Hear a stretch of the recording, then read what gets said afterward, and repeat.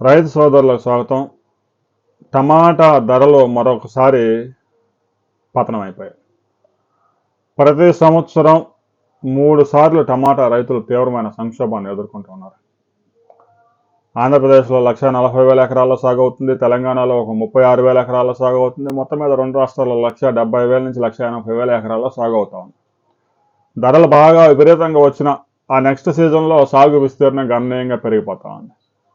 ఆంధ్రప్రదేశ్, చిత్తూరు జిల్లా, మదనపల్లె, కర్నూలు, అనంతపురం జిల్లాల్లో ఈ టమాటా ఎక్కువగా సాగు అవుతా ఉంది. దాదాపుగా 6 రాష్ట్రాలకు ఇక్కడి నుంచి ఎక్స్పోర్ట్ అవుతా ఉంది. అండమాన్ నికోబార్ దీవులు కూడా ఎక్స్పోర్ట్ చేస్తా ఉన్నారు.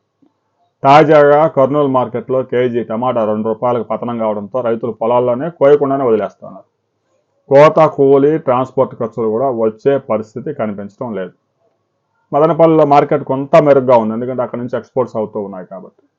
రాబోయే రోజుల్లో కూడా ఈ ట్రెండ్ ఏదైతే ఇప్పుడు క్రాప్ బాగా ఎక్కువగా వచ్చిందో ఆ క్రాప్ కొంత తగ్గిపోయిన తర్వాత ఎలా ఎండలో బాగా ముదిరిపోతూ ఉన్నాయి కాబట్టి దిగుబడులు తగ్గిపోయే అవకాశం ఉంది. ఏదైతే షేడ్ నెట్ ఉందో వారికైతే మంచి దిగుబడులు వస్తాయి, కానీ స్టేకింగ్తో షేడ్ నెట్ లేకుండా సాగు చేసే దిగుబడులు ఏప్రిల్ నాటికి పూర్తిగా తగ్గే అవకాశం ఉంది. రైతు సోదరులు దయచేసి పంటను దున్నివేయవద్దు. ఒకవేళ ప్రస్తుతానికి ధర లేకపోయినా కూడా అలా ఏదైతే హార్వెస్టింగ్కి వచ్చినాయో ఆ పంట వదిలేసేయండి. రాబోయే కొద్ది రోజుల్లో ధరలు కొంతవరకు అనుకూలించే అవకాశాలు స్పష్టంగా కనిపిస్తాయి.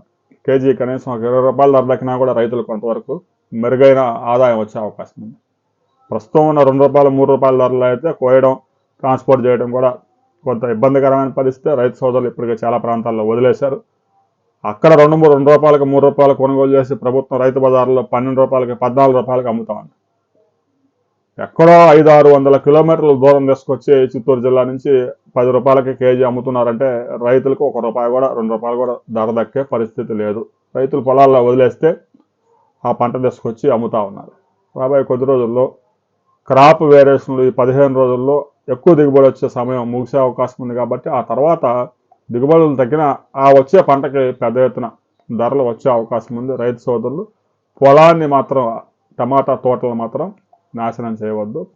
క్రాప్ను కొంత పొడిగించుకుంటే చివరిలో కొంత మంచి ధర దక్కే అవకాశం ఉందని నిపుణులు చెప్తా ఉన్నారు. మీ ప్రాంతంలో టమాటా కేజీ ఎంత ధర దక్కుతుందనే విషయాన్ని ప్రతి రైతు కామెంట్ చేయండి.